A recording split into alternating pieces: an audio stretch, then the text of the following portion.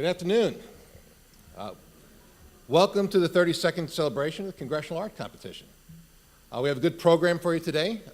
We'll hear from some of the people who sponsored this along with the Congressional Institute. We have an artist workshop we're planning. We'll hear from the members of Congress who are the co-sponsors of the Congressional Art Caucus, the competition this year. And then we'll have, best of all, we'll have a slideshow of your art. So it should be a good program. I'm looking forward to it. And my name is Mark Strand. I'm the president of the Congressional Institute. The Congressional Institute is proud to sponsor the Congressional Art Competition, and this is the 10th year we've been involved in this program. From the beginning of the Republic, our leaders have understood the importance of the arts. George Washington himself wrote that to encourage literature and the arts is a duty which every good citizen owes his country. Well, over 2 centuries, over 2 centuries later, you, the winners of the 2013 Congressional Art Competition, take your place among the thousands of good citizens who have enriched our country with your art. We could not be happy to recognize your talents and your contribution to the American culture. It's important to understand just how great an honor your country is bestowing on you by having your pictures hang in the halls of the Capitol. Each state is only allowed 2 statues in the Capitol, and every other painting and major work of art must be approved by an act of Congress before it can hang in the Capitol. So this is not an honor to be taken lightly. It's quite an amazing accomplishment. And then besides the millions of visitors who come to the Capitol every year who will see your artwork, the House of Representatives will run an online gallery of your paintings on the front page of its website, which is visited by more than 10 million people each year. So by having your pictures here and by winning the Congressional Art Competition, millions of people have the opportunities to see your paintings. So I want to thank the people who make the exhibit of your artwork possible, the curator and the architect of the Capitol, Dr. Barbara Wolinen, and her staff had the monumental task of caring for and hanging the artwork. And once you see the Cannon Tunnel, if you haven't seen it already, you'll appreciate just what a great undertaking this is. Also, the Honorable Stephen Ayers, the architect of the Capitol, and Mr. William Wodemer, the House Superintendent, and their staffs have been tremendously helpful in preparing the exhibit as well. This year is the best level of participation we've ever seen in the art competition. Out of the 441 offices, the 435 plus the delegates, in the House 421 are participating. That's unheard of. It's almost unanimous participation. But something this big does not happen by itself. The massive undertaking would not have been possible had it not been for the hard work of several people. Nicole Petroff with Congressman Robert Aderholt's office, and Jack Arianne from Representative Suzanne Bonamici's office have worked tirelessly and very effectively to organize this event. I also want to recognize Dan Risco of the Congressional Institute, and I especially would want to recognize Tim Lang of the Congressional Institute, who put in countless hours of hard work going back to January to make this day possible. He has been at the center of this project, coordinating with each congressional office and each student winner. So thank you, Tim. He deserves it.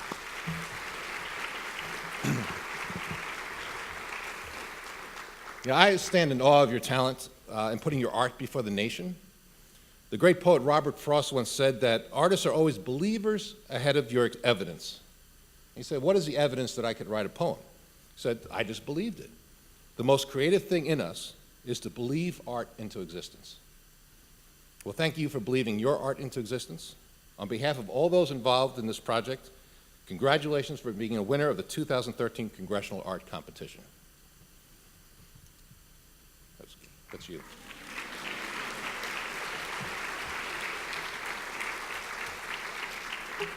Now, there are other sponsors of this who helped us make possible. Some of you have already had experiences with them. The first one I want to introduce is Monica Del Rio. She's a Community Affairs and Grassroots Senior Specialist at Southwest Airlines. Monica is a specialist in Community Affairs and Grassroots Department of Southwest. She began her career at Southwest in 2008 and focuses her time and talent on Southwest employee engagement and grassroots advocacy programs. Prior to her career at Southwest, Monica worked for House members at both the state and federal level. She's a member of the Dallas Regional Chamber's Young Professional Group, where she serves on the Public Policy Committee, and is an active member of the Dallas Junior League, a tried and true Texan. I knew that would be popular here in this thing. Monica has been a longtime friend of the art competition, has been here for many years, and it's my great pleasure to recognize her at this time.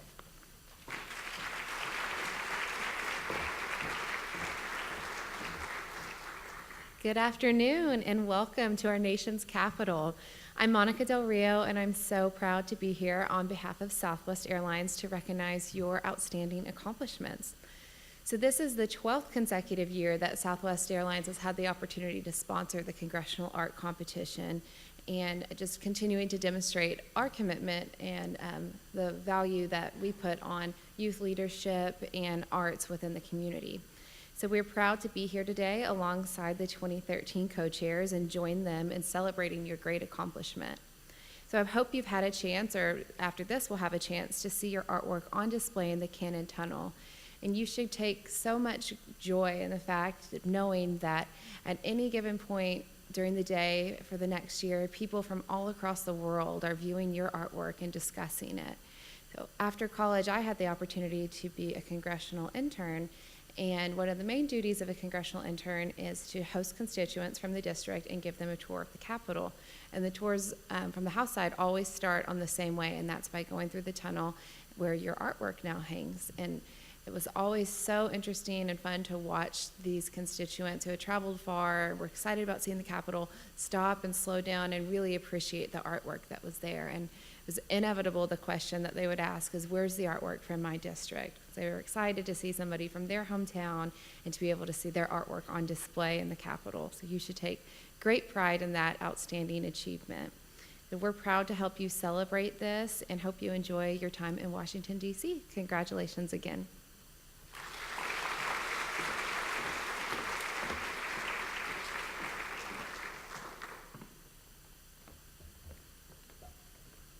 Every year we have two co-sponsors from members of Congress who sponsor the Congressional Art Competition, and they do a lot of work, and the staff does an awful lot of work to make this possible. Well, we're honored right now to have Representative Suzanne Bonamici from Oregon. She's sworn a member of the, I love the state spirit this today, okay. She was sworn as a member of the House of Representatives on February 7th, 2012, and she represents the 1st Congressional District of Oregon, which comprises the northwest portion of the state. Prior to that, she had served for 5 years in the Oregon House of Representatives, where she rose to the position of Assistant Majority Leader. As a member of the Committee on Education and Workforce, Suzanne focuses on making college more affordable and reforming the Early Childhood and Secondary Education Act, also known as No Child Left Behind. She's a founder of the Bipartisan Congressional STEAM Caucus, which aims to encourage innovations and creative thinking by integrating arts and design with science, technology, engineering, and math education. She also serves as a member of the Committee on Science, Space, and Technology, and she is a Democratic leader on the Subcommittee on the Environment. From this position, she is working to address the causes and risks of global climate change and ensure that policy decisions are based on scientific evidence. As a representative of coastal Oregon, she is also working to draw attention to issues that affect this unique region, including ocean acidification, early tsunami warning systems, weather monitoring, and debris removal. Suzanne and Michael, her husband, have 2 grown children and a Cocker Spaniel named Charlie. Please join me in welcoming Congresswoman Suzanne Bonamici. Thank you for the nice introduction. Welcome to Washington, D.C., all of you. Welcome to the guests, the other members who are here, and of course to the winners of the 32nd Annual Congressional Art Competition. Congratulations. Thank you to Congressman Robert Aderholt, who's my co-chair this year. I know he was here this morning. I also want to thank the Congressional Institute for all of their help in organizing the competition and also for making this reception possible. I'm thrilled that you're all here. Thank you to the guests who have traveled here to our nation's capital with the winners, parents, relatives, friends, exchange students. You've all played a vital role in supporting our winners as they pursued their artistic talents. But most importantly, thank you to the student winners. It's such an honor to have you here to celebrate your tremendous talent and to honor each of you and your wonderful contributions to this year's art exhibit. This year's gallery is entitled An Artistic Discovery. The student work, you probably have seen it. I hope you have in the Cannon Tunnel. It's on display where members of Congress, their staff, and visitors from across the country and around the world enjoy this every day. Now, my office is in Cannon, so I walk back and forth through the Cannon Tunnel multiple times a day, and I tell you, the highlight of that walk is the student art. This year's submissions reflect not only the abundant creative abilities of our nation, but also the wide array of diversity that is unique to our country. diversity in artwork, diversity in artists, those qualities, creativity and diversity, are two of the most important factors in what makes Americans such a vibrant and prosperous people. The arts play a crucial role in our society. Art in any form gives us the power to express our individual perspective, while at the same time enabling us to connect with each other in a way that reveals our shared experiences. And artistic discovery represents not only a journey towards self-discovery for our artists, but also an exploration of what it means for each of us to be a member of a family or a community of the United States, and more significantly, as a human being. The power of creativity combined with individual expression is limitless. The potential is one of my priorities as a member of Congress. You heard about the Congressional STEAM Caucus. I'm working on shaping policy that allows art to be more fully incorporated into our public education system. When students are given the freedom to think for themselves and the tools to harness their creativity in any undertaking, the result is innovation. Whether a student becomes an artist or an engineer or an entrepreneur or a film producer, we'll be hearing from one shortly, the ability to apply creative and critical thinking is essential to unleashing one's full potential, and that is unleashed through the arts. As you listen to Arianne, our guest speaker from my home state of Oregon, you'll hear about how she incorporates art in her professional life and how education opened doors, leading to the path that brought her here today. And you'll hear about opportunities that exist for an innovative workforce. I hope you all continue to develop your creativity and your academic talents, as well as pursue the endless opportunities I know you'll be encountering. So on behalf of all of my colleagues, all of the members of Congress, and our constituents, thank you so much for your participation. Thank you for sharing your wonderful art and your artistic gifts with all of us in Washington, D.C. And once again, congratulations on your outstanding achievement, and enjoy the rest of your time here in the nation's capital. Thank you.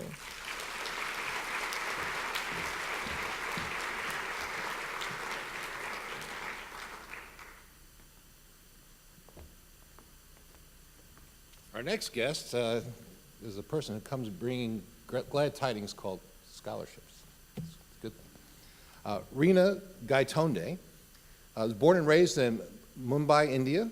She completed her undergraduate degree in computer graphics technology in the U.S. and worked in the architectural visualization industry for 3 years, and then moved to Savannah, where she's now the senior enrollment representative at the Savannah College of Art and Design.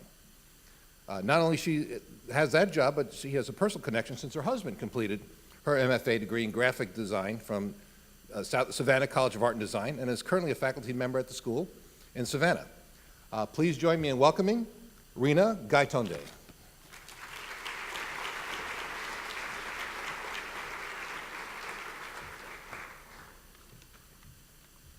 Good afternoon. I'm Reena Gaitonde, and I'm delighted to be here this afternoon representing the Savannah College of Art and Design. Congratulations to each of you for your accomplishment in your district. SCAD is pleased to recognize your District First Place Award in the annual Congressional Arts Competition as an outstanding achievement. I'm pleased to announce that as a District First Place winner, you may be eligible to receive a $3,000 per year scholarship to SCAD should you apply and be accepted for enrollment. Accepted students may be eligible for additional scholarships based on their academic credentials, documented awards and recognition, extracurricular activities, volunteer or professional experience, and your talents. As the premier provider of higher education in creative fields, SCAD is uniquely qualified to prepare talented students for professional careers. SCAD offers distinctive yet complementary locations in Atlanta, Georgia, Savannah, Georgia, Hong Kong, that's our newest location, online through SCAD e-learning program, and a study abroad opportunity in Lacoste, France. The education and career preparation of each SCAD student is nurtured and cultivated by our faculty with exceptional credentials and valuable creative industry experience. Through individual attention in an inspiring university environment and with advanced professional level technology, equipment, and learning resources, SCAD provides an exceptional educational experience and unparalleled career preparation to its students. Congratulations once again to each one of you winners out here, and I hope to see some of you on campus. Thank you.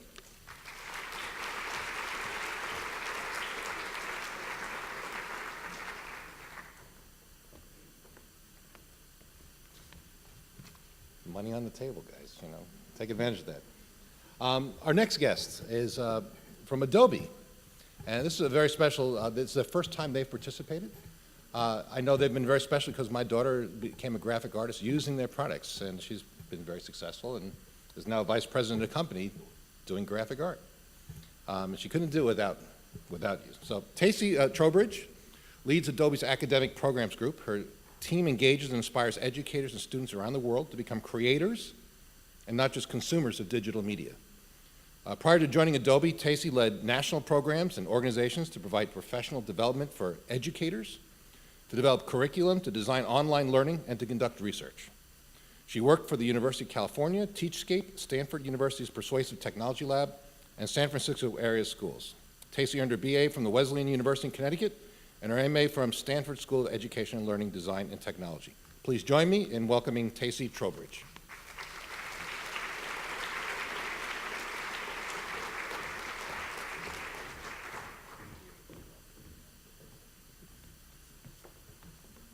Well, thank you. It's such an honor to be here, and I know that we are really thrilled to be able to talk to so many students, to congratulate you about your work. It's been exciting to get to see the work that you've got available, that you've got here at the Capitol. I think this is just an incredible opportunity.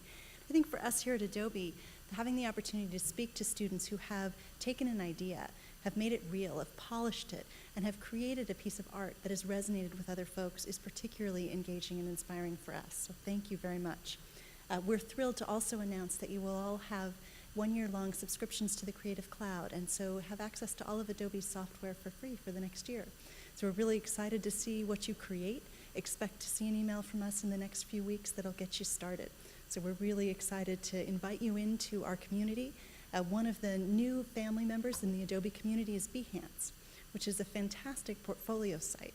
A great place to go check out what other students have done. The SCAD students in particular have an outstanding set of portfolios available, so you can get a sense of what other folks are doing, and to invite you also to create your own portfolio. Add your work so that other professionals can see it, and you can begin to engage in conversation with your professional community. So Adobe sits squarely at the intersection of art and technology. Everywhere you go, you see the use of Adobe technology, whether it's through video that you may watch, whether it's an advertisement at a bus stop, whether it's looking at art photography. Everywhere you go, you see the uses of our technology. And we're really proud to offer world-class technology. But I think what's most interesting about technology is what people like you do with it. And so we are always inspired and awed by the kinds of things that people do with the software that we create. We also really want to encourage students to be creators like you, to really engage in the digital communication that we're seeing so important as the future. As we look towards the way in which people have their voices heard, the way in which they get their ideas out, it's increasingly visual, it's increasingly digital, and you all are very well prepared to engage in this world.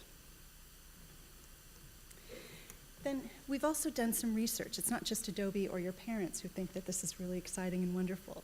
80% of people feel that unlocking creativity is critical to economic growth. An astonishing number. This was a study done called The State of Creativity. We really looked at how do people see the importance of creativity. IBM did a study in 2010 where they interviewed CEOs from around the world and asked them, what's the top leadership competency? The answer was creativity. They want employees who are innovative, who are creative, who can communicate effectively, and those skills are incredibly important and valuable in terms of helping us solve the real problems that we're facing as a nation and as a world. 82%, and this is the sad statistic, believe that creativity is stifled in today's education systems. Parents and teachers feel even more strongly about this and call for a real change in the way in which schools support creativity. I think the amazing work that Congresswoman Bonamici is doing is incredible in terms of trying to really establish the arts into STEM education. Adobe's really proud to sponsor that work and to engage with RISD in terms of trying to really help people understand how important creativity is in terms of success in all sorts of different fields. Then finally, 85% agree that creativity is critical for problem solving in their own career. And I end with this one because this really speaks to the personal value of creativity that folks see in their careers and the impact that it's had on them. And I think as you go forward, you are starting in a place where you have already established your voice. You've already communicated something that's very important and shared something about yourselves that's unique. That's incredibly powerful. And so I hope you will continue to engage and share your vision, your voice with the rest of us. Finally, we see creativity as no longer optional. It's the future. It's really a requirement for us to have success and to change the world in ways that will make it a better place. So again, I'm honored to have an opportunity to speak with you all, congratulate you for your work, and hope to hear from you as you continue on what I hope will be very successful careers. Thank you.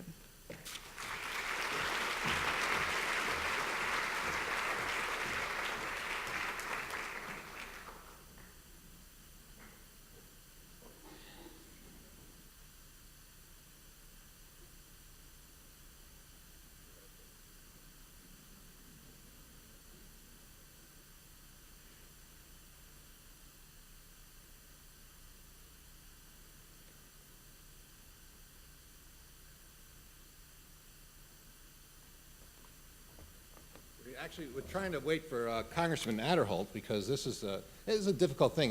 When they do these, the Congressional Art Competition, we're always in session. And so when Congress being in session, it means that they have constant committee hearings. At this time of year, they're marking up bills, and they're doing all sorts of things that make their lives, well, it makes their scheduler's job a living, you know what. It's great that we can do this, but as you can see, the Congresswoman Bonamici ran in real quick, and then we're waiting for Congressman Aderholt to run in because I hear he's in the room. Maybe.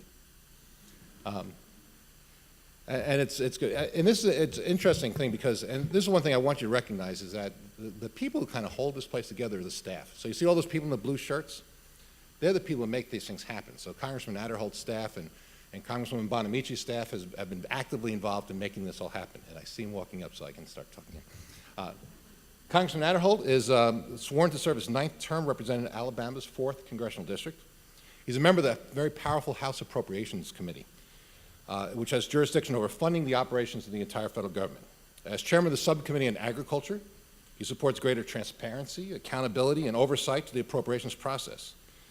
Congressman Aderholt is also a member of the Commerce, Justice, and Science Committee and the Homeland Security Subcommittee. An advocate of fiscal responsibility, truth in budgeting, and a federal government that operates within its means, Robert Aderholt brings common sense solutions to the committee. He's been a friend for a long time, strong supporter of the arts. Born and raised in Alabama, the congressman has his wife Caroline reside in Haley'sville with their daughter Mary Elliott and their son Robert Hayes. And when Congress is in session, his family joins him in Washington, D.C. Please welcome me in joining Congressman Robert Aderholt.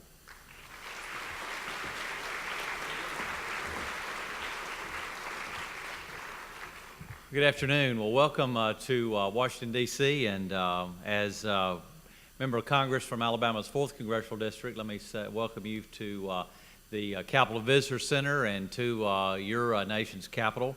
It's great to have you here this week. I also want to, of course, recognize the co-chair of this Congressional Art Competition, Suzanne Bonamici from Oregon, for all her hard work. Our staffs have worked together over the last couple of months in trying to pull this all together, and they did a great job. Nicole Petroff with my office, and also Jack Argiaga from Mrs. Bonamici's office have worked together and organized it for the 2 offices, and we appreciate their help in making this very successful today. The art competition that you're at this year is always called an artistic discovery. It is a time-honored tradition that was initiated actually when I was in high school. I've been participating in this program since I was first elected to Congress back in 1996. Was my first art competition that I hosted was in the spring of 1997, and every year since then we have hosted in the Congressional District, as so many members do across the Congressional Districts across the United States. I'm amazed at when I walk through the Cannon Tunnel to see each year the winners from each of the Congressional Art Competition, because they are truly The work of art that is displayed there is truly amazing. As someone who is not an artist, but someone who can appreciate it, it's very welcoming to have it here in our nation's capital. It's from Alaska to Alabama, from New York to Oklahoma, and every state in between, whether it be drawings, collages, photographs, computer graphics, the artistic vision and craftsmanship is an artistic discovery.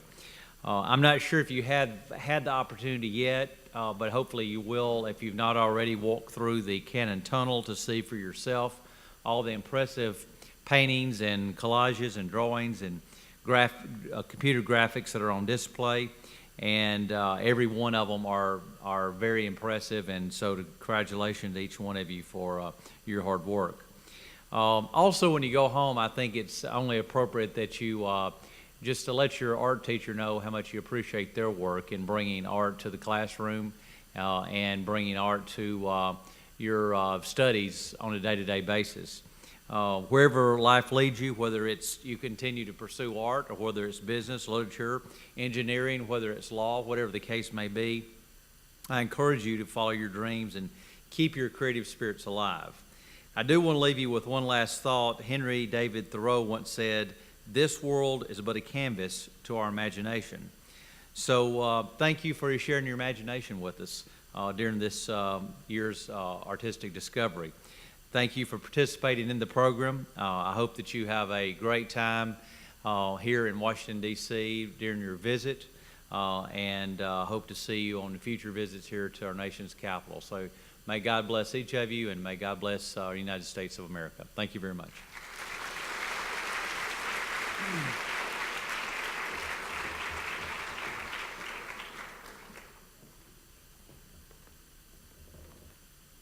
All right, now is something really special.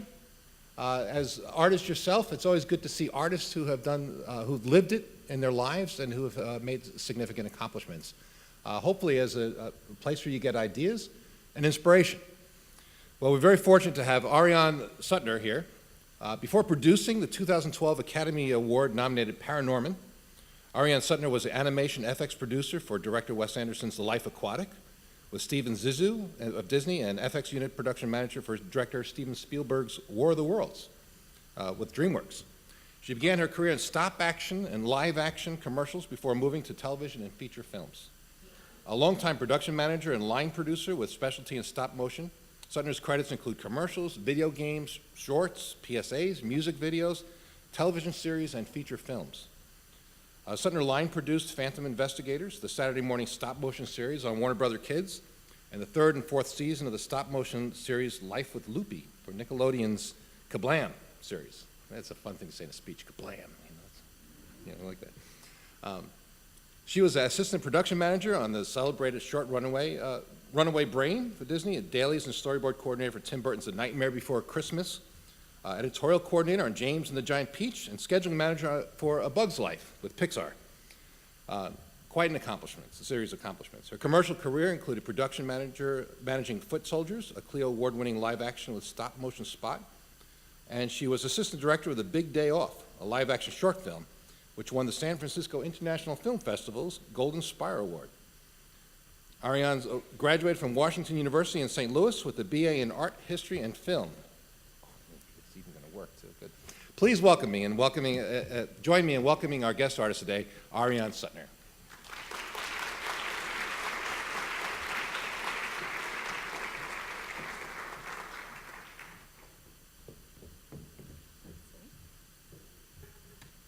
Hello.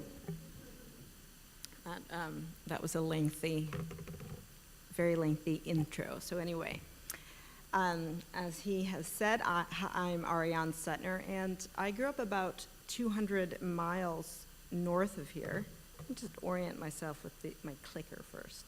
All right, 200 miles north of here, just across the Hudson River from New York City, in a little town called Teaneck, New Jersey. When I say New Jersey, usually I expect to hear someone make a bad joke or kind of a funny Jersey accent, but I want to show you something.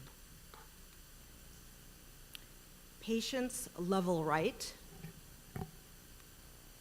and John Frazee, sculptors, Winslow Homer, and Jacob Lawrence, painters.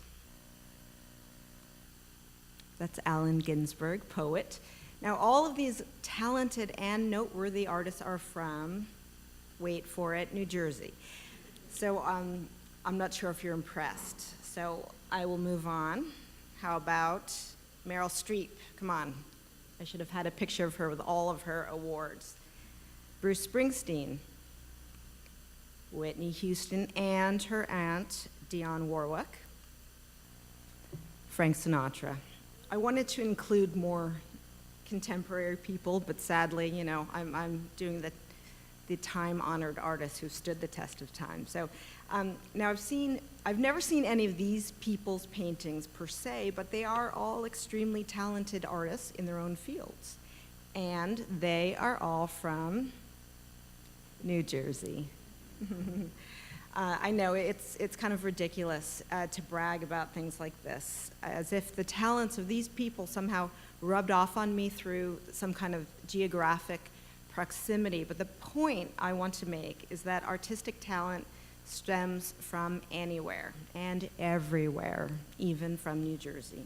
That's right. Have any of you heard of the stop-motion animation director, Henry Selick? There he is holding Coraline, which is a movie from the studio that I'm coming from. You might have seen some of his movies. He's also from New Jersey. So you can say I'm kind of proud of my home state, but the point is it leads me to how we met. Henry Selick and I first crossed paths, not in New Jersey, but in San Francisco, California in 1991. I was a young job seeker with an art history degree and film, that was beginning to show some signs of atrophy. And he was a first-time film director launching a feature-length stop-motion animation project. At the time, I had what I can describe only as a passing familiarity with stop-motion animation, mainly through my abiding love for Rudolph the Red-Nosed Reindeer. And that, I'm not kidding, I still love that movie. And also by attending lots of animation film festivals, but I really didn't have any idea of how those films were made. The project was also being funded by Touchstone Pictures, which was part of the Disney company. It was based on an original story by Tim Burton, who had recently directed the film version of Batman, which was a movie at that time, you know, it must feel like eons ago for most of you. But I love that movie. When I rolled into San Francisco, I saw the 12 a.m. viewing of that film, and I thought, this is an artist I would like to work with. This is something that kind of was eye-opening for me at the time. So I saw this as an opportunity to both expand my work experience and to try to be part of something that's really special. So I mustered up some moxie. I figured out where the movie was being made and who was doing the hiring, and I went down to interview for an entry-level job as a production assistant. And a production assistant I'll speak about in a minute, but it was something that I was doing to try to get into the film community. If you haven't guessed, that movie turned out to be Tim Burton's The Nightmare Before Christmas. So I can tell you about production assisting. It's pretty much the lowest position on a film crew. It's underappreciated, but a really necessary job that requires a humbling combination of schlepping and sweeping and driving your own car around town as fast as possible without getting speeding tickets. It may not pay that well, but if you are good at it, you get a lot of respect from the crew, and if you pay attention, you can get an excellent overview of how movies are made, and you generate opportunities for yourself to learn and to move up. And I keep hearing people talk about opportunities, and that's something that I think I'll keep touching on. So anyway, I get the job, and to my surprise, I discover that when I'm inspired, when I'm interested, engaged in a project, when I care about the end result, I can be a pretty hardworking, dedicated team player. I can become unintimidated and unafraid to roll up my sleeves and get my hands dirty. I can be unexpectedly skilled at knuckling down and getting things done. And I tell you, it's amazing when you discover things like that about yourself. It's even more amazing when other people discover those things about you, because then they eventually start giving you more responsibilities for things that you never believed you were capable of doing, and you start to become a valuable asset to whatever enterprise you're engaged in. And so that's what started happening to me. And I'm going to skip ahead now, like by 2 decades, and tell you that I am currently a producer at Laika Entertainment, which is in Portland, Oregon. It's a full-service commercial animation studio. We employ anywhere from 300 to over 500 people that provides stop-motion and computer-generated commercial content for some of the biggest brand names in the world. And I'll bet that almost everybody in this room has seen at least one of our little animated offerings sometime in the last year. Unless, of course, you've sworn off television, and I secretly applaud you. That's a secret. In addition to our commercial studio, Laika has a thriving feature film division, and that's really the part, that's kind of where I come in. We have 2.5 movies under our belts, 2 Academy Award nominations, and hopefully lots more on the way. And you know what? We are constantly searching for the most talented, the hardest working artists we can find from around the world, so that we can meet CEO Travis Knight's ambitious goal of releasing one groundbreaking and extraordinarily beautiful feature-length film every single year. And that is a picture of Travis, by the way. Not only is he an extraordinary CEO with vision, he is an artist. Anyway, I think that's kind of exciting news if you're an artist. I mean, who does not want to get paid for their craft? And what parent does not want their child who they have supported in the arts to get paid for their craft? So I was wondering how many of you in this room have ever toyed around with animation or any kind of animation? If I had my glasses on, I could actually see if anyone's raising their hands. So these days, there are so many ways to experiment. With software programs like Flash and Maya, you can dabble in CG animation. That's a little dabble. With programs like Dragon Frame, Stop Motion Pro, or iStop Motion, you can bring your old action figures to life. I secretly love this, or not so secretly. Or make pasta do things on your dining room table. And this, believe it or not, is exactly what we do at Laika every day, but we have slightly larger budgets and perhaps a level of fanaticism and attention to detail that might just shock a layperson. But what makes me especially proud of the films we make at Laika is our undying devotion to artists and to artists' hands-on artistry. As a rule, our default switch is set to make it by hand, and with every film that we make, we push that concept as far as we possibly can. For one single movie, we will typically make between 100 and 200 fully armatured, fully clothed, and fully animatable puppets, all by hand, all done by artists. We outfit 50 stages with huge miniature sets, just like that, with artists. And thousands of tiny props, all made by hand. And we painstakingly shoot one grueling frame at a time until we have a movie that is approximately 95 minutes long, or 5,700 seconds long, or 136,800 frames long. That's right, 136,800 frames, all lovingly crafted by hand. And it's not until the storyline calls for action that's too complicated or cast that is too large that we call in the digital cavalry. Ooh, it's so dark, but imagine that's a really beautiful digital background still from Paranorman. And make no mistake, we call them in a lot. So if you're a painter who only paints in Photoshop, or a model builder who only uses Rhino, don't despair. We are an equal opportunity employer, and we recognize the value in every available tool. Right across the street from our 150,000 square foot shop space and shooting stages, we have 15,000 square feet of digital animation studio space working on compositing, model making, painting, rotoscoping, you name it. And we use all of these tools in every movie we make and every frame that we shoot. And so, all by artists. I brought with me today some behind the scenes footage of our studio, and I think it will illustrate way better than I can just how we employ artists from every conceivable discipline.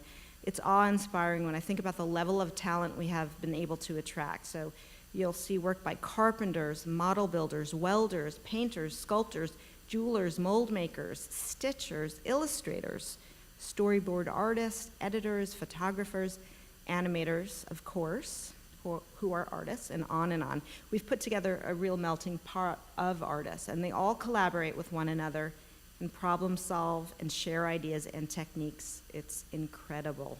So what you're going to see is from our most recently released film, Paranorman. As mentioned before, I was one of the producers of that movie, and I really couldn't be prouder of what we accomplished with our wide-ranging group of artists and artisans.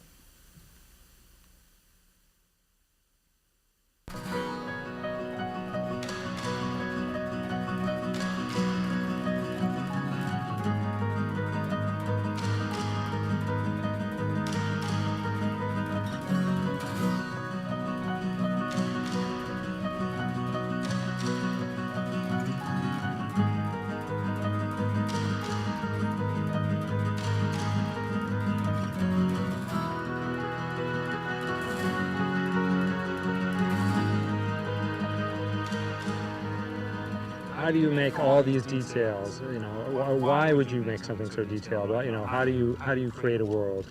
The beautiful thing about stuff frame is you can really give it a lot of texture and detail. If you do a regular film, you have a prop house and you fill rooms with desks and lamps and things like that. We can't do that, so we have to consider each single thing. You can make anything in stuff frame, so you know, why make it straight? You know, basically, we wanted the film to be kind of realistic in tone, but very stylized. So this sort of nervous, hand-drawn, like illustrated kind of look was something I was really excited about. And very hard to do. It's not the kind of thing a set shop loves getting, is a set of plans where there's no straight lines, because the tools only make straight lines. But we did find a way to work that out. It's actually quite subtle at times, and I think when you watch the film, the hope is that you won't overtly notice it. You won't be like, wow, everything's wacky and crazy. It's pushed back a little bit, but it's enough to give it a signature, unique feel. That's the sort of what gets me to come to work, is trying to find new cool things, like, and to work in an environment like this that supports that is pretty amazing.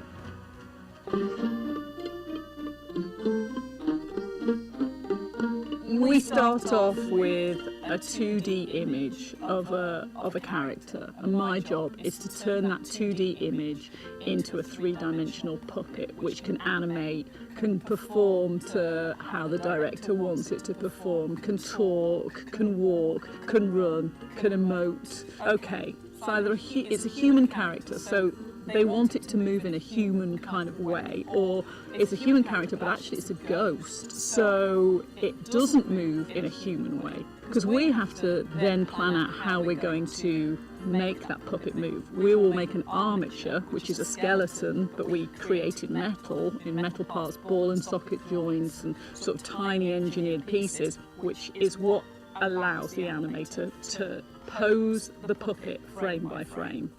There's a realism which definitely has been promoted with all of us. You know, I think that the style of Laika is a certain realism, but I think what we've managed to get with Paranorman is a designed realism. This project has been incredibly challenging for the puppet department because the shapes and the sizes of the puppets are so extreme. And one thing that we really wanted to overcome on this project was big puppets, big characters, because it's really hard. You can't make an armature, a skeleton, sort of as big as a big square puppet. You really don't know until you get that puppet out of the mold and you start moving it as to whether it really, all the planning and all the discussions and all the ideas, whether they're all going to come, whether they're all going to work. So when it does, it's like, woohoo! And when it doesn't, it's like, okay, we'll think a bit more about that one.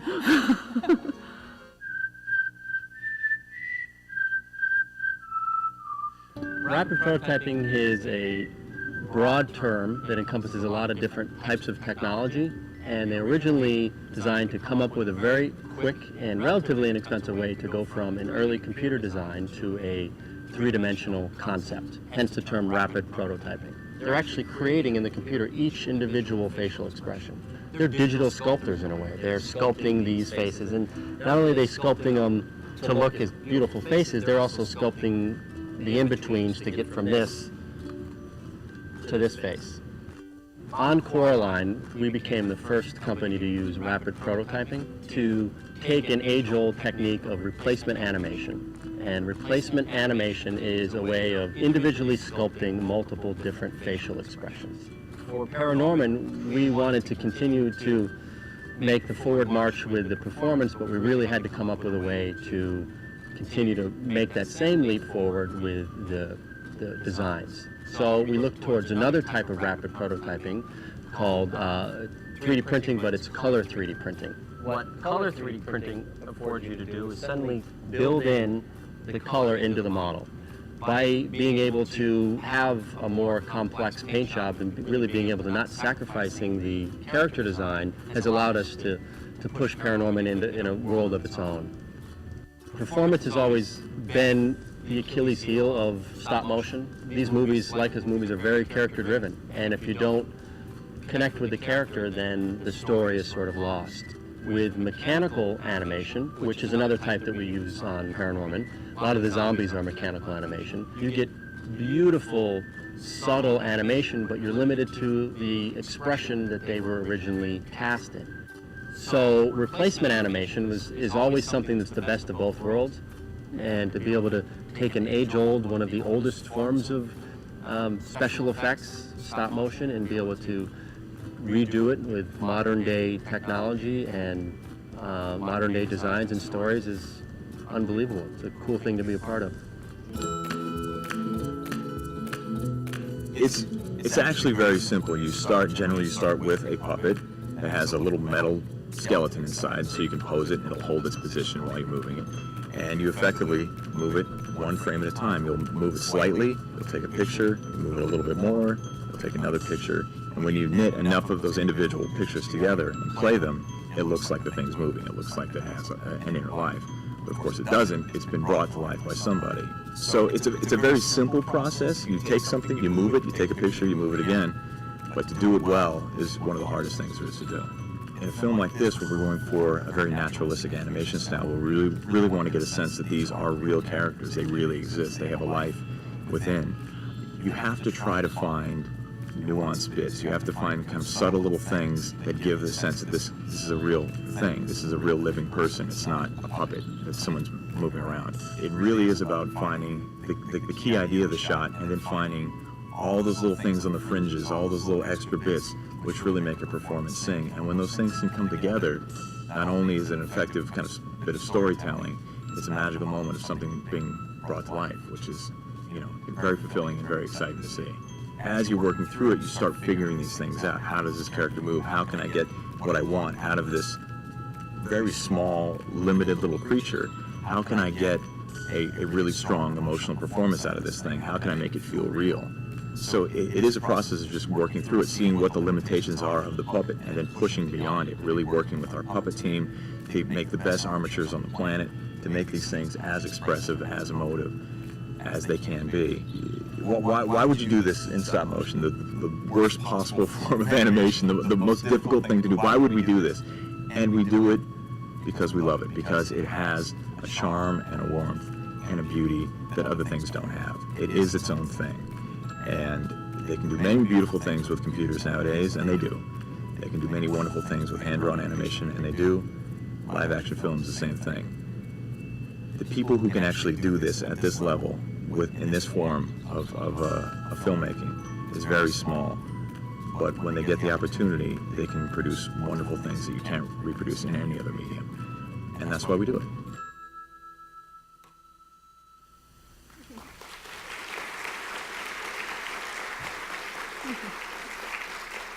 Okay, I have a bit more, but that was definitely the highlight. I have to say that I watch this footage all of the time, and I have to say I enjoy it. Every time I see it, I enjoy it, and I can't help but notice that all of my colleagues there who were talking really passionately about the work they do, they went to art school, and they are artists, so little plug. I should also be clear about the people, you know, in that footage. They are not amateurs. We didn't recruit them from the local craft fair. You know, they are hardworking, dedicated professionals whose resumes, portfolios, and films we sought out and pored over before hiring them. They are the best of the best, just like you, who have proven yourselves by virtue of your being here that you are the best of the best. And like you, most of these people began, you know, with a strong desire to do something creative with their lives, whatever that meant. They may not have planned on careers in stop-motion animation. I, myself, may not have planned on a career in stop-motion animation, but 20 years ago, I seized an opportunity, and one thing led to another, and here I am talking to you today. Many of my colleagues at Laika may not end up making careers out of stop-motion animation, but they've chosen to join us and share their talents with us because we can offer opportunities they might not have been able to find elsewhere. Opportunities like the opportunity to earn a steady paycheck as an artist, to have your health benefits covered as artists. It's unfortunate, but those aren't things an artist can typically count on in the workaday world. Or the opportunity to collaborate with hundreds of other professional artists. Or to create something that will be seen by millions of people. That's a rarefied accomplishment in the art world. I have no idea what these people are doing. I don't think they are watching Coraline. My point is that the kinds of opportunity offered by Laika and other companies that require creative thinkers are the kinds of opportunities that, as adults, you will find yourselves seeking one day after college. And I hope most of you go to college and continue studying and honing the artistic abilities that you've already proven you have. Because once you enter the job market, those opportunities are your lifelines to success. They are the bridges that connect one chapter of your lives to the next, and the only way to seize upon them is to be prepared enough to recognize them when they appear. So take time while you're young and unencumbered with the responsibilities of jobs, families, houses, apartments, cars, utilities, all the things that can scream for your attention later in life. Take the time now to study, learn, experience, grow, absorb as much as you can. Be sponges, actively pursue knowledge and understanding so that when opportunities do finally arise, and they will, you'll know what to do because you have a better sense of who you are, you know, as an artist. I can't wait to answer your questions and, you know, in a minute, and it's always the part that I like best. But before I do, I'd like to talk about the word artist just for a minute. What does that word actually mean? It means painter, of course, and sculptor and photographer. Those are conventional definitions. But can a mathematician be an artist? How about a scientist or a doctor? Or here in Washington, can a politician be an artist? I would say yes to all of these, because an artist, based on my experience, is anyone who applies new and creative ways of thinking to otherwise conventional wisdom. Creative thinking is what contemporary employers like Laika and Adobe, just throw that in there, are looking for in their crews and companies. To illustrate my point, somehow we went from counting like this, I still count that way, to this. And that must have taken a little artistic rumination, don't you think? And who can argue that getting from here to here didn't require some artistic sensibilities?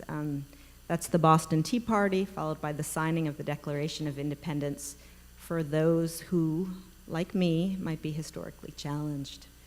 I'm stretching things a little bit, I know, but my point is that as artists, when you really get out and start to explore the world around you, don't limit yourself to preconceived ideas of what an artist is. And don't accept other people's opinions of what art is. Get out and see for yourself. Form your own opinion so that one day you can artistically feed your insights back into your work. And who knows, maybe someday the paths you follow and the opportunities you create for yourselves might lead you straight to the doorstep of Laika. Anything's possible. It's a pleasure to have this opportunity to see your work and talk to you and hopefully answer any questions you might have.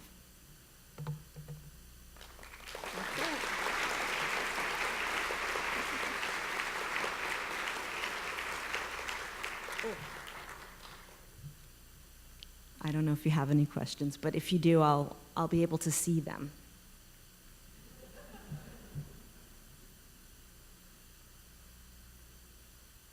Okay, that wraps things up. Oh, no. Hi.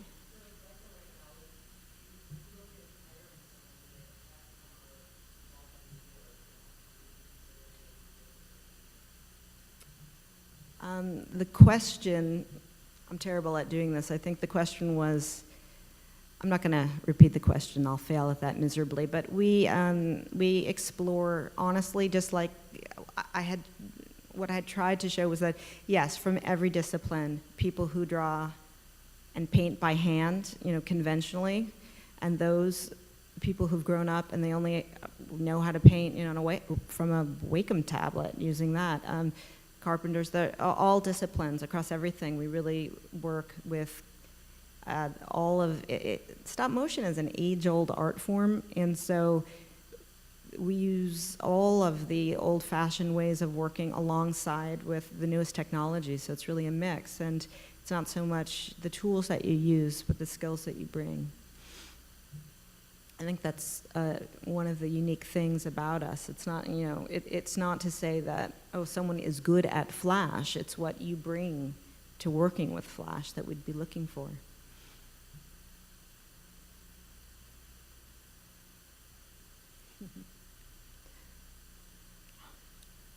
Come on, no one's gonna lob me an easy question. Okay.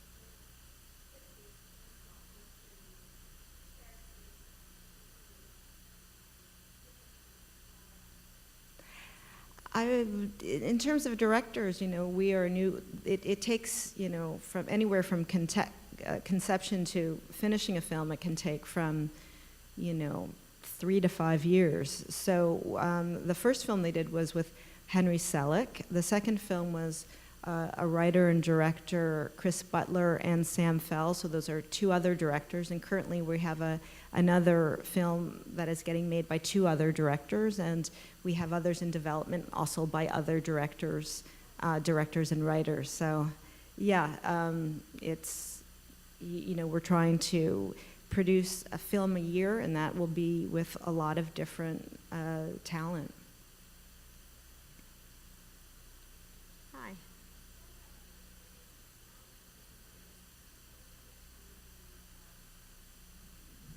Oh, okay, so this isn't my movie. It's called The Box Trolls, and I think there will be a preview for it that will run in front of Despicable Me 2, but because it's not my movie, I don't know all the ins and outs of it, but it's about box trolls. And we're really trying to expand, so we are, it's pretty ambitious to do this kind of labor-intensive thing and keep, that you saw, and keep the quality together, but we're trying to make a film a year, and we want to tackle all kinds of subject matter and genres, but doing it in this a similar style.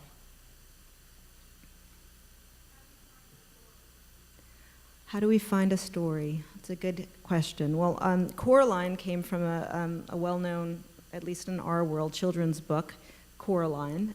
It was a Neil Gaiman book, and Henry Selick, who directed it, adapted it for the screen, and he had a relationship with Neil Gaiman. When they were finishing up Coraline, the head of story, Chris Butler, came to Travis and to me with the script that he had written. It was an original story from his own original idea, and we thought it was fantastic. And then I worked with him to develop it, and we made it into a film. The next movie, Box Trolls, came from a book called Here Be Monsters originally. So it's kind of a mixture between often children's literature, original ideas that can come from anywhere. All right, now I got some questions.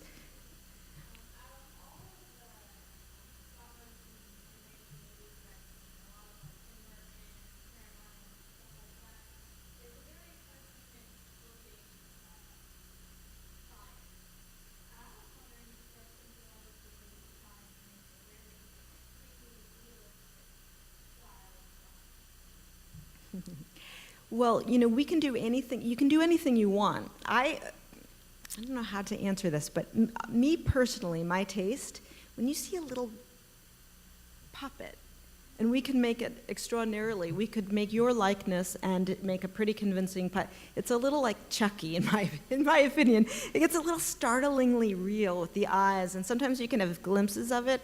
But I'm sure that one day, a movie will scream for that, to have its artistic direction go in that way. But because we can shape things by hand and control things, it's our opportunity to create our own universe and our own version of reality.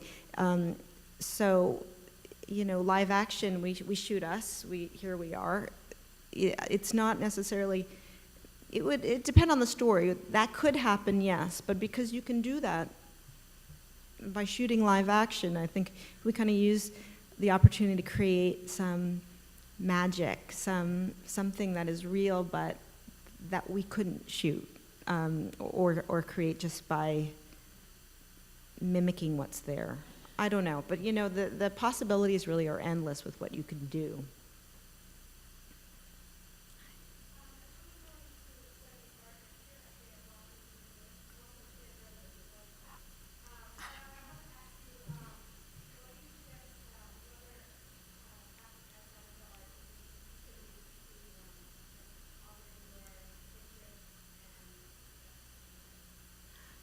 That is a good question. I think, again, this is all clearly through my lens, through my eyes. So, from my experience and as a parent, I think classes that teach you to think critically, think for yourself, communicate, learn, whatever classes and life experiences that could help you learn to communicate well and to others, anything.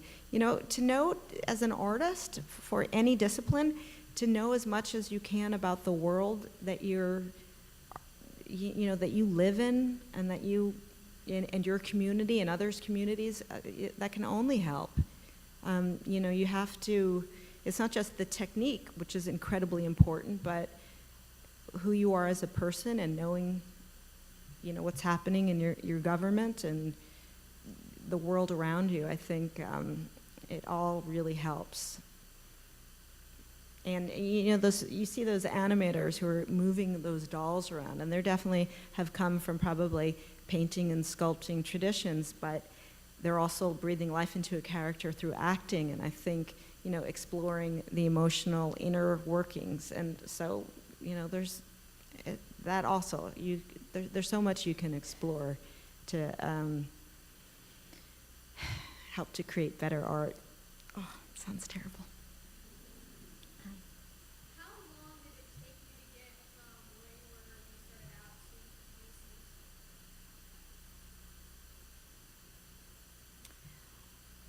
I think she wanted to know how long it took me to get from where I started to start to produce. You know, I produce things, if I started to work collaboratively. I liked stop motion because of a lot of things, but it's incredibly collaborative and hands-on, and as a producer, that felt fun to me. So my kind of producing doesn't mean that producing means a lot of different things. Some of it means fundraising and finding the funds for people, and I like stop motion because you work with a lot of artists and you're very hands-on. So I think what I'm trying to say is that I ended up producing things, low-budgeted things and things for free, pretty early on, because I think I just liked organizing and being of a help. So and then I had also turned down producing opportunities when I felt like I wasn't ready for it or it wasn't the right time. But I don't know if there is a tried and true timeline for that. But I think, the more interested you are, you can start to do things on your own.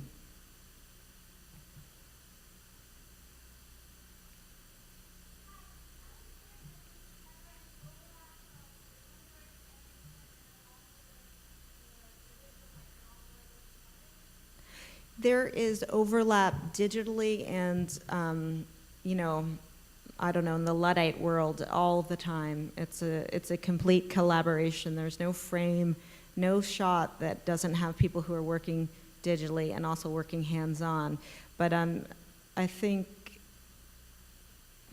I'm not sure I can answer that exactly right, but so if if you are a model maker and you work on the computer making models, sometimes your participation in a film will be that entirely because there's so much time that is needed for your contribution. But if you know how to do something else, I think people at our studio, the more versatile they are, the more skills they have, the more we can keep them working. So we'll have, say, like 2D artists who draw like cell animation traditionally, and they'll work at the beginning of a film, and then they'll know how to storyboard, and then they'll move on to a department and share their expertise in that area, and then end up knowing how to stop motion animate, and later on we'll use them for shots. So yes.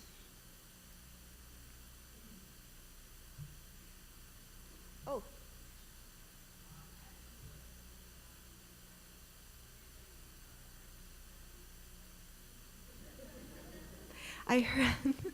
I heard the second part about artistic enemies, but I didn't hear the first part.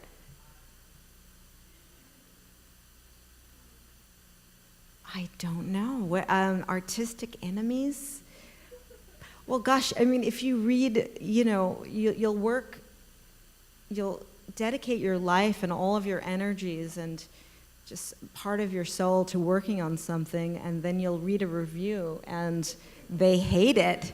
So I don't know if that means they're my enemy, but sometimes it might feel like that. I don't know if that's kind of what you were asking, but we do something that is both a passion and that it also is commercial, so that can be tricky.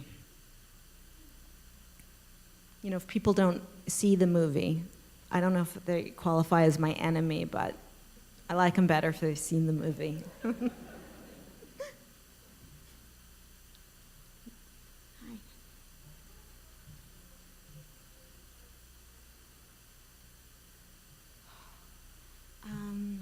What kind of programs? I think a lot of the do-it-yourself, it's just kind of an interest. A lot of those people that you see ultimately went to art school, but they didn't necessarily study stop-motion animation. It was something that they were really drawn to. A lot of these people are people who ended up moving objects through space one frame at a time using a Super 8 camera and intervalometer when they were kids. There's way better technologies for that now, but it's something generally you're drawn to. I do know, actually, that I had worked with an animator who'd gone to SCAD and they were teaching it, had classes in it, but I think good classes for stop motion, they're classes for stop motion. There's working on your own, and any other of the arts helps in terms of sculpting, acting. I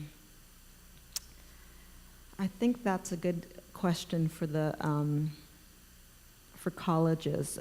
Interning at a, once you get your education, interning at a studio that does it, that could be really helpful.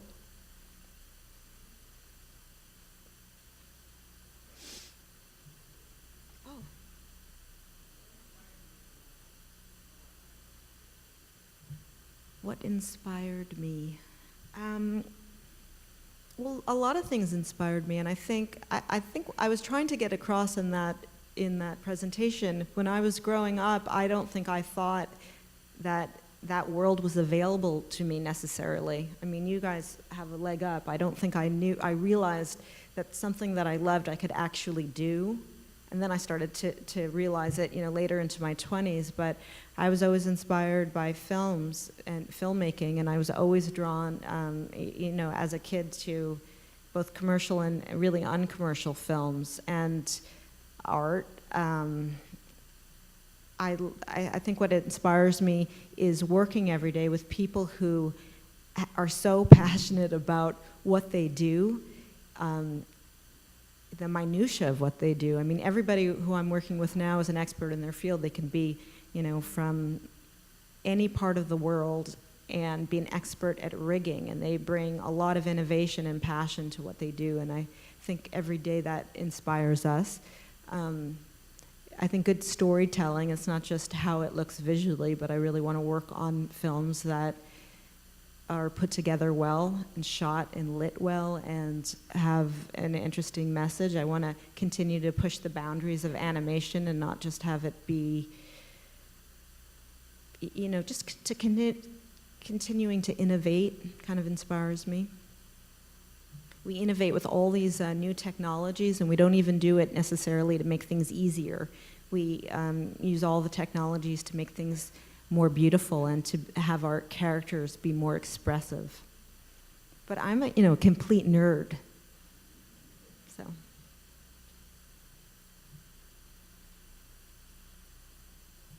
Comic books.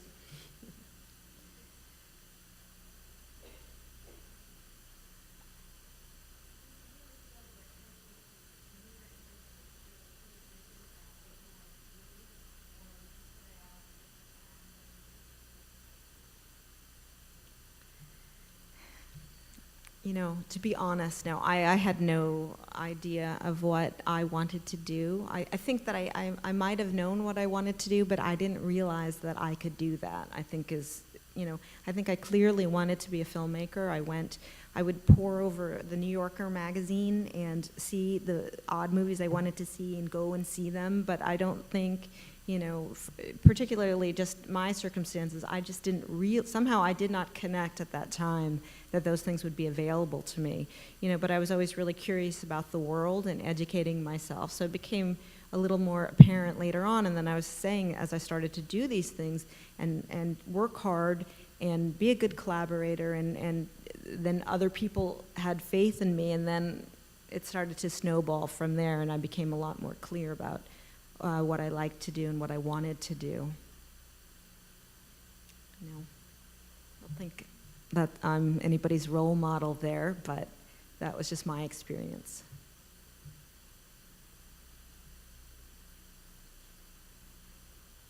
I mean, you guys are incredible, by the way, all of your work, and just that you pursue these programs and you're sitting here with your, family support. I think it's amazing. If you just continue down this road, anything is possible.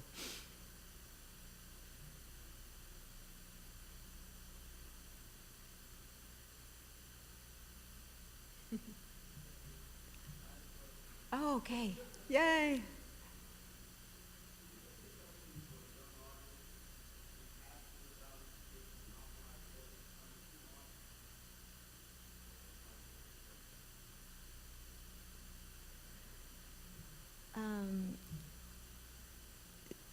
I'm so sorry. If you repeated that one more time, or someone who can hear him and repeat it, I appreciate it.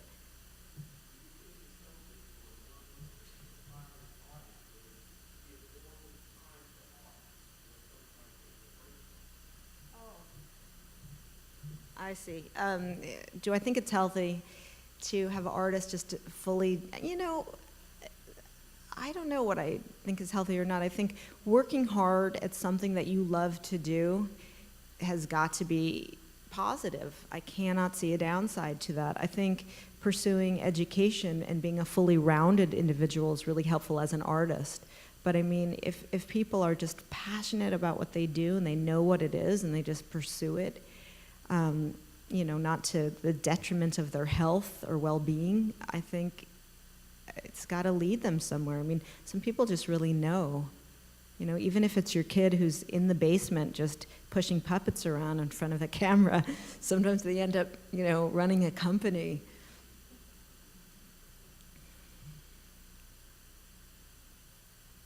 A little fresh air is always good.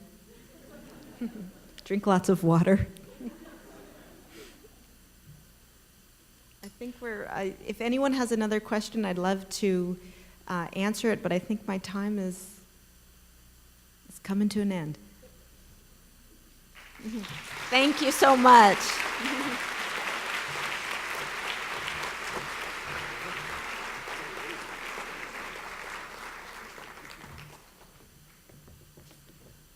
When I heard that enemy, I had a vision of an unemployed cartoonist, like really mad at you,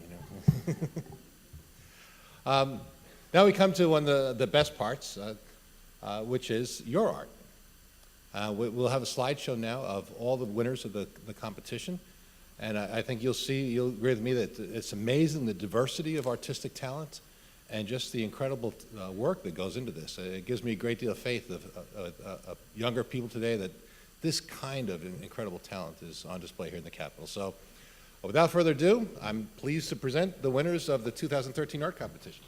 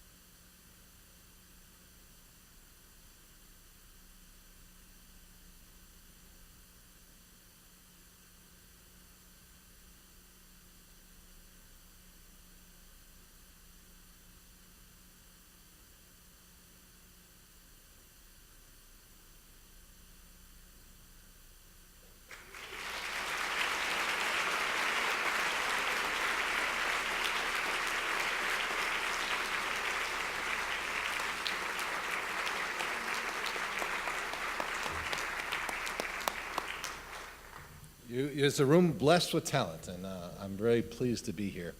I've been musing about a question the gentleman asked up there about doing art and things you're really good at all the time. And as a father, I'll talk about this as a father of daughters who are artistic, but I can't draw stick figures, so it's not empathy, but it's observation. You know, I was once asked, you know, if your kid was getting an A in art, an A in social studies, and a B in history, and a C in chemistry, and a D in trigonometry, as a parent, where should you spend most of your time with your kid? You know, my first instinct was, well, trigonometry, right, to get their grades up. Turns out it was the wrong answer. You teach surviving skills for the things that aren't very good at, but you spend as much time at the things you love and the things you're good at so that you become the very best. There are a lot of people in things who are good, aren't a lot of people who are the best. That's fatherly advice and has nothing to do with it. But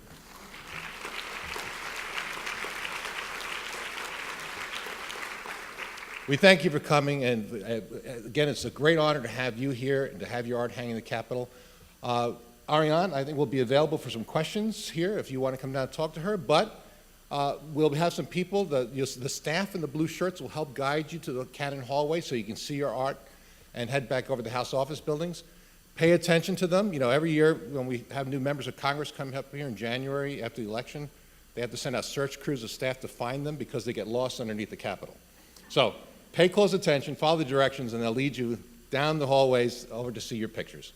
Thank you very much, and congratulations again.